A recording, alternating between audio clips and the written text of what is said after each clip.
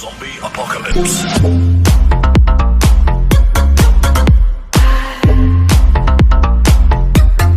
Hello guys, and today I'm going to show you some configuration and of course testing and troubleshooting for the switch and intermediary and devices. So this is my plan. So I'm going to configure the router 1, and next is I'm going to create a simple network consist of one switch and two hosts. So this will be the router, this will be the switch, and this will be the two hosts. So first I'm going to configure the router. So I have here my serial cable, console cable. So I'll put first the serial console cable in the serial port, and then I'm going to configure the router as you can see here. First, put in the console port. Okay, now we're going to open PATI, which is emulator for accessing the CLI of our router. So as we go to PATI, select serial, then click open. Then as you can see, we have now access to the router 1, and we can type enable for us to go to privilege sec mode. So we're now calling the user exec, and then we're going to privilege exec.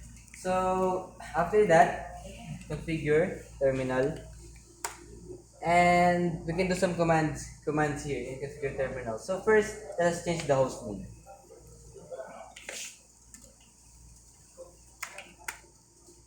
Okay, host name. Let's set it to router 1.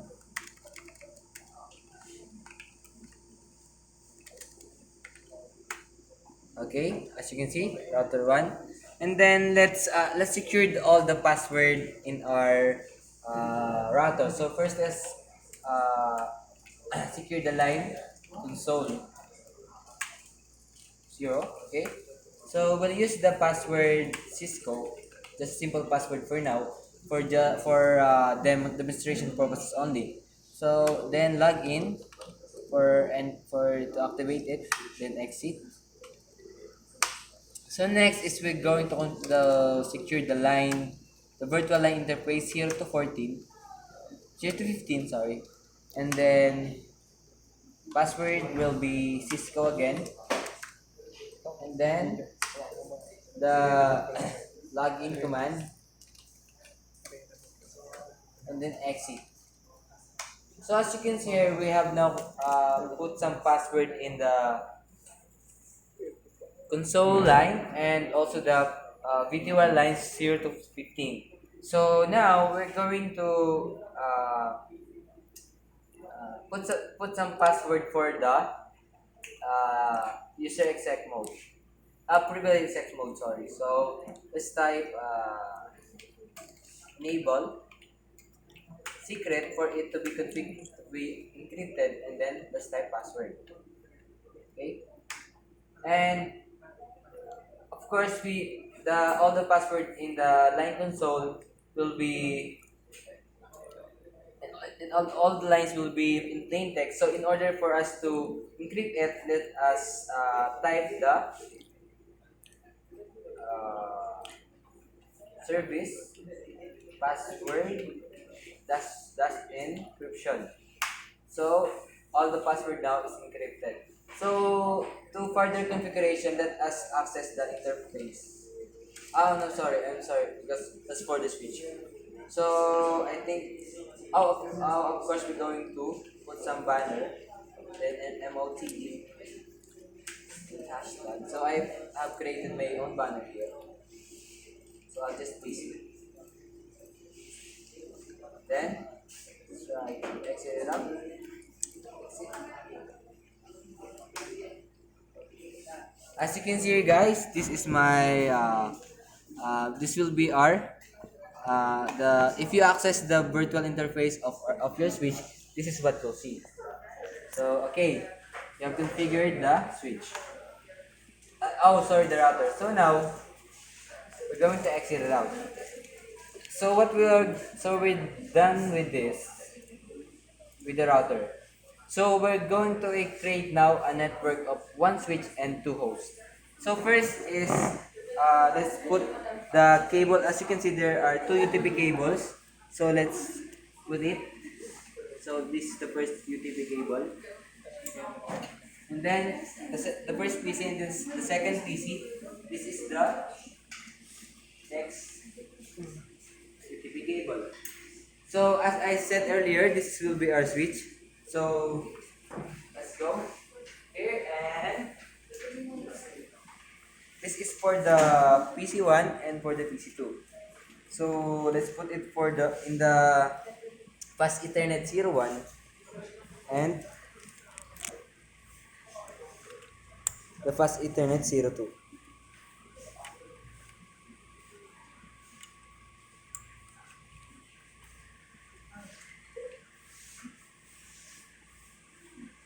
Okay. Then after we have put it there, so of course, first I'm going to configure the switch.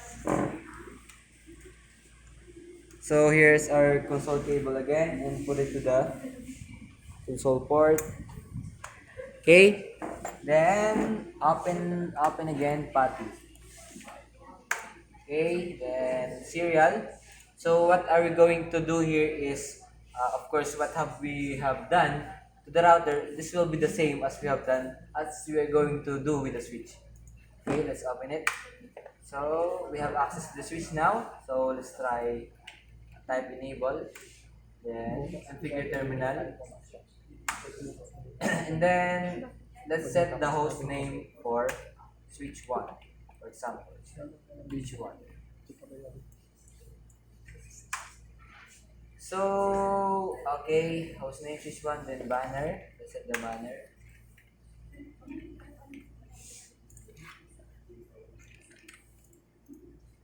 Okay, then line, let's secure all the line.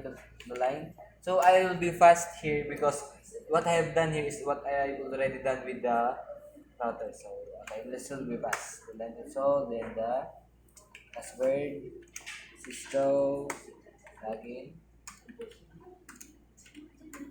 then exit, then line, PY, supporting, password, Cisco, login,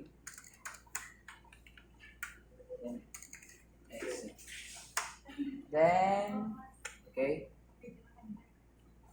enable secret password. Enable secret password. Then service password dash encryption. Okay.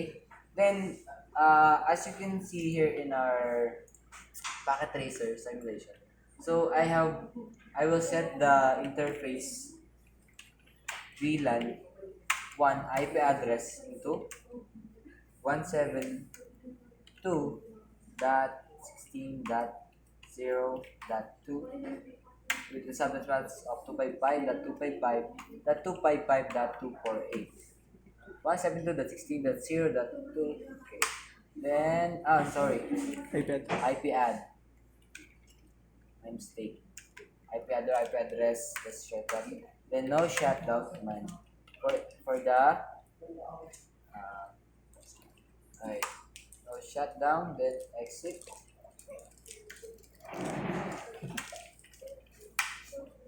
Then exit it out, and we have done it. Okay, I think so. So then let's exit. Show run.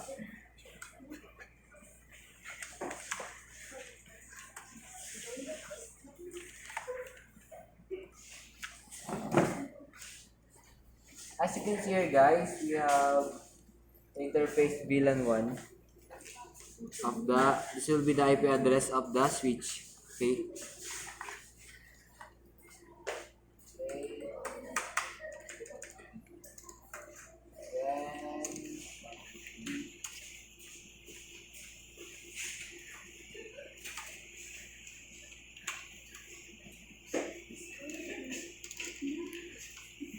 I'm just gonna check here.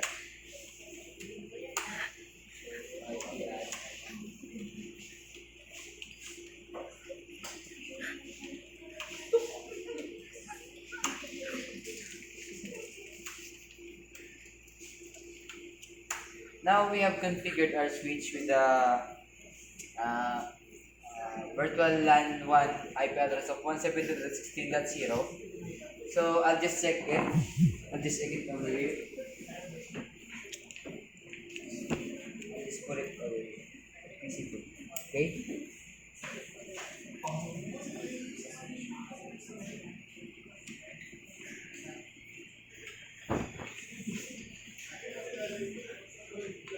Oh, we have put it here.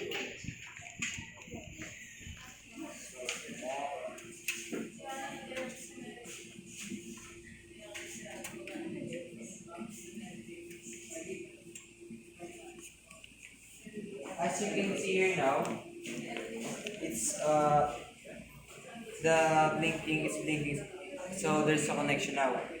So let's put the IP address for the true, and for the last part we'll do the troubleshooting or the pinging for the switch and the two hosts. Okay. Okay. So now, okay, we have set the switch, its IP address. We have configured it. Let's exit. As you can see here, guys, this is the tool we are. When you log into when you remote host or access the switch. Okay. So now we have configured. Stop the session. So let's add the IP address for our PC1 and our PC2. So let's click this. So our IP address will be 172.16.0.3. So that's it. So let's put it over here. Paste it to the subnet mask of 255.255.248. 248. Then proceed to okay. Okay. Then let's type ipconfig. As you can see, we have set the IP address, and next is we're going to set up the other host.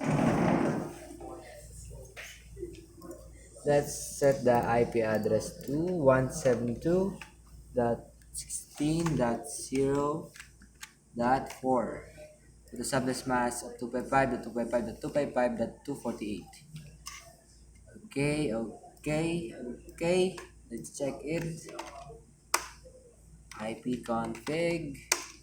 Okay, we have set it out now. Okay, so as you can see in our packet tracer, the IP of the virtual interface is 172.16.0.2, and the first host is 172.16.0.3, and the second host is 172.16.4. So let's try to, for us to check if there's a connection between all these three. Let's try to ping command. Let's try the ping command. So okay, let's open the command cmd. Then let's ping first. So this PC has this 16.03 IP config. It has the IP of 172.16.0.3. So this host is 172.16.0.4. So let's ping. So let's ping first the switch. Sorry. 172.16.0.2. That will be the sorry, that will be 16. That's okay. Let's ping it out. Let's check if there's a connection. So as you can see, there's a reply from the switch, meaning we have a connection between this host PC and this switch. Okay. So next is we're going to ping this other PC, which is 172.16.0.4. As you can see, there's also a reply. So our last troubleshoot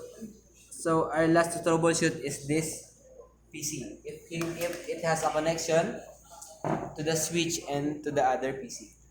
So let's type ping 172.16.0.2. That's the IP address of the switch. So as you can see here, there's a reply over here. Okay, we have a connection to the switch and try to ping the PC2, which has the IP address of 172.16.0.3. Okay, there's a reply as you can see. So as summary, guys, I have what did I do is I configure a switch, as you can see here, using a console cable, and also I configure a router and a switch and a two-host PC with valid IP address and valid network. So again, thank you and goodbye. Zombie apocalypse.